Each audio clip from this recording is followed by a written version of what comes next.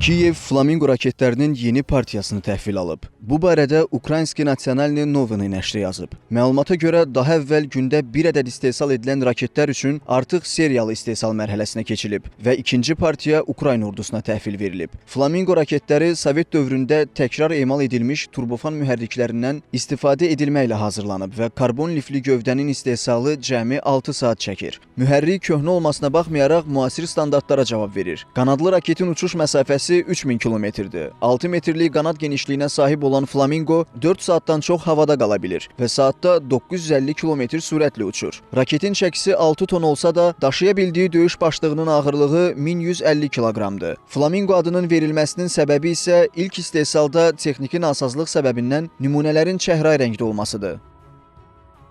Bir tərəfdə danışıqlar, digər tərəfdə isə raketlərin tədarükü və istifadəsi var. Flamingolar çox təsirli raketlərdir. İlk istehsal zamanı çoxu bu raketləri ciddi qəbul etmirdi. Lakin seriyalı istehsal mərhələsinə keçidi bunlardan gələcəkdə daha çox istifadəni istisna etmir. Hazırki mərhələdə sülh bağlanmasa və vəziyyət daha da gərginləşərsə, bu raketlər müharibədə daha ağır nəticələrə səbəb ola bilər.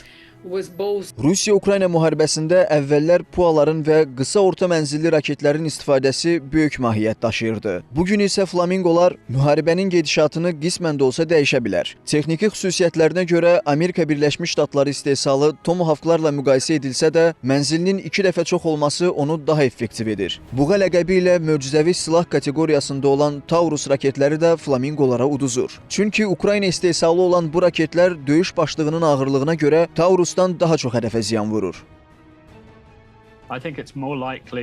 Bu silahların son dərəcə vacib olduğunu düşünürəm. Çünki Moskva bir müddət əvvəl Tomahawklar istifadə ediləndə bunu cavabsız qoymamışdı. İndi isə bu raketlərin gücü və döyüşdə istifadəsi Rusiyanın da eyni ilə başqa silahlarını ortaya çıxarmasına səbəb ola bilər. Bu isə özlüyündə regionda gərginlik yaradacaq. Məncə, heç kəs bunun baş verməsini istəməz.